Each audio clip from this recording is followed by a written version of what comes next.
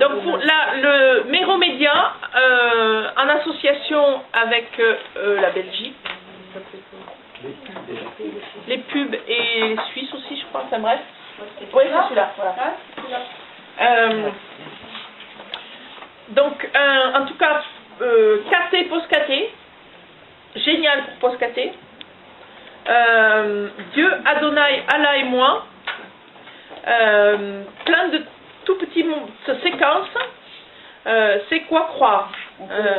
Oui. La foi et le doute sont-ils compatibles? Sans pratique rituelle, est-ce qu'il y a de la religion? Qui dit la vérité? Croyants et incroyants peuvent-ils partager les mêmes valeurs? Toutes ces questions d'ados. Avec des toutes petites séquences où on voit des ados de toutes les religions, des responsables religieux, des philosophes, des biblistes. Voilà. Pour chaque moment, il y a une petite séquence. Un psychologue, un écrivain, un aumônier d'universitaire protestant, un anthropologue, un philosophe, des théologiens, voilà. Et des ados. Et chaque fois, les questions. Alors, quand nous, adultes, on le regarde, on trouve que la musique est trop forte. Et c'est vraiment un avis d'adulte. Mal embouché qui en sont encore à écouter Bach et... Oh là là. Voilà. Quand on regarde avec des 15, 16, 17 ans, ils trouvent ça tout à fait normal. C'est grave, même si... Non, mais c'est juste que la musique de fond est parfois forte. Mais pas, enfin voilà, que pour nous. Pas pour eux. Voilà, ça c'est un très bon outil aussi.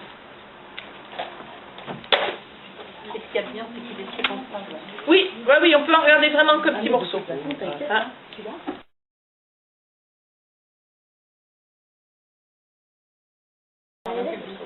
Notre service régional peut vous fournir aussi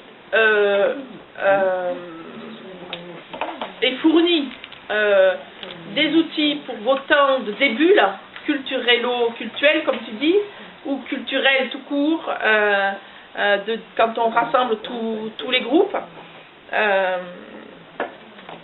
Les gens de Mérignac, vous reconnaissez cette photo.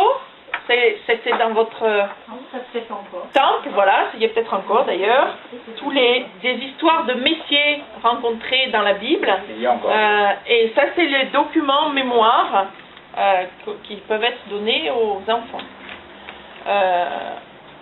On est en train de finir la maquette.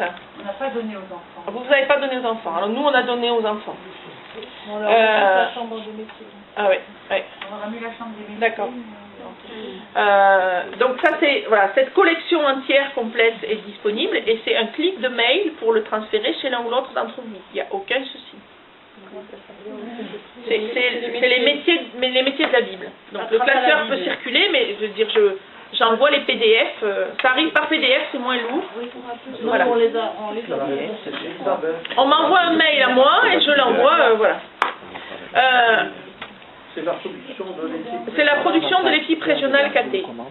Et là, le travail biblique était avec Olivier Pigeot et moi-même. Oui.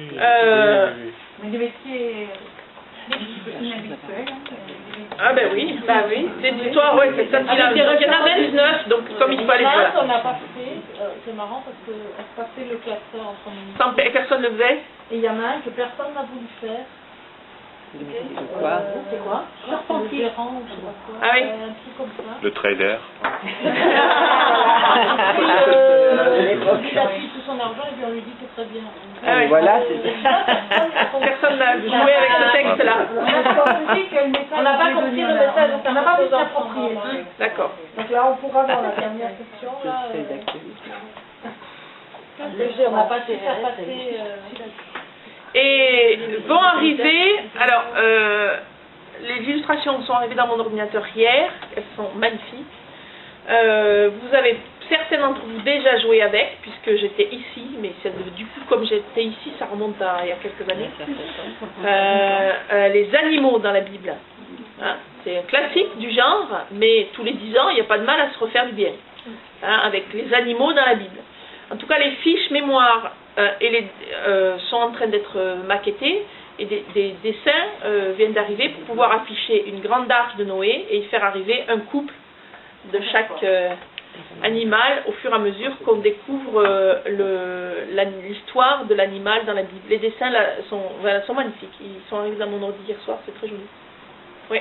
Juste pour l'équipe de Mérignac du mercredi, vous aviez pris ça comme trame du début, c'est ça? Oui. La partie commune, dans la partie commune. Avant qu'on ne parte en cours. Et ça dure combien de temps? Le temps de lire l'histoire. Ils ont fait de cantiques, faire la collecte. 20 minutes. C'est comme nous. Oui, oui, c'est ce temps où C'est comme nous quand on disait les lettres de l'alphabet. où au final on sait, enfin dire, voilà, c'est comme quand on a fait l'abécédaire, quand on a refait un voilà. après aussi différent, mais qu'on a, par contre il l'avait eu en fin d'année. Voilà. L'eau dans la Bible, on a fait les femmes dans la Bible, on a fait l'eau dans l'histoire d'eau. Voilà. Oui, puisqu'on avait ici.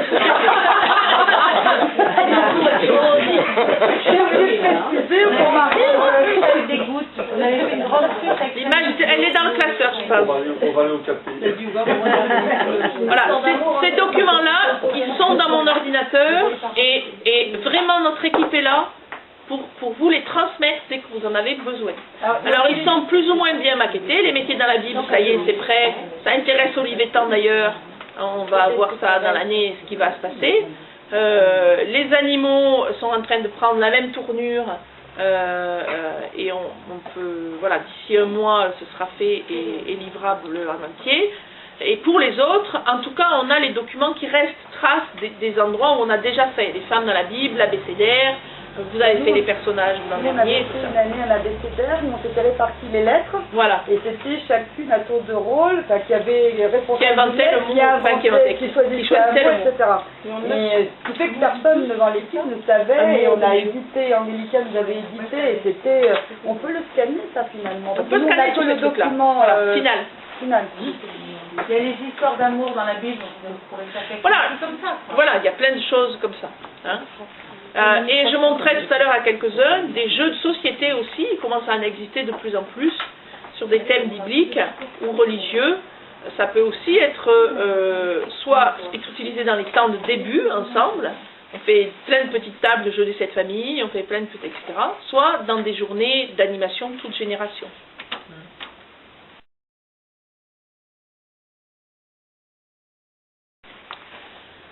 Voilà, ça c'était le temps info. Dans toujours ce temps info, les jeux, où est-ce qu'on peut les trouver? alors les jeux, Karev en a de temps en temps, le Milborn biblique et tout ça. Je disais là tout à l'heure, il y a de très jolis jeux sur le site sycomore.be.tf.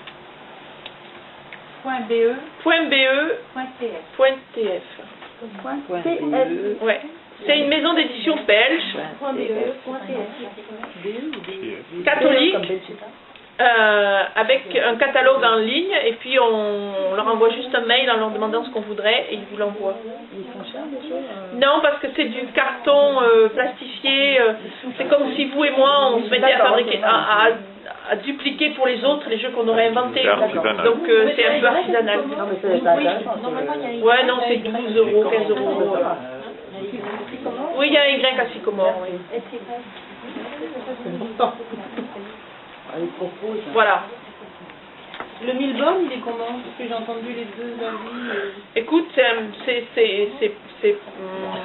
assez didactique, mais c'est un bon jeu. Il faut beaucoup de connaissances bibliques pour pouvoir jouer. Non.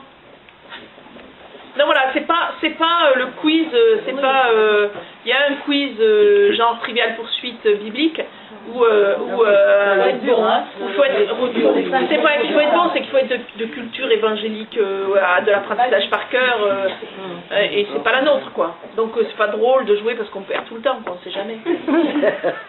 Il y a un très bon jeu de sciences des religions qui s'appelle Le Pèlerin, qui est aux éditions Eden Games.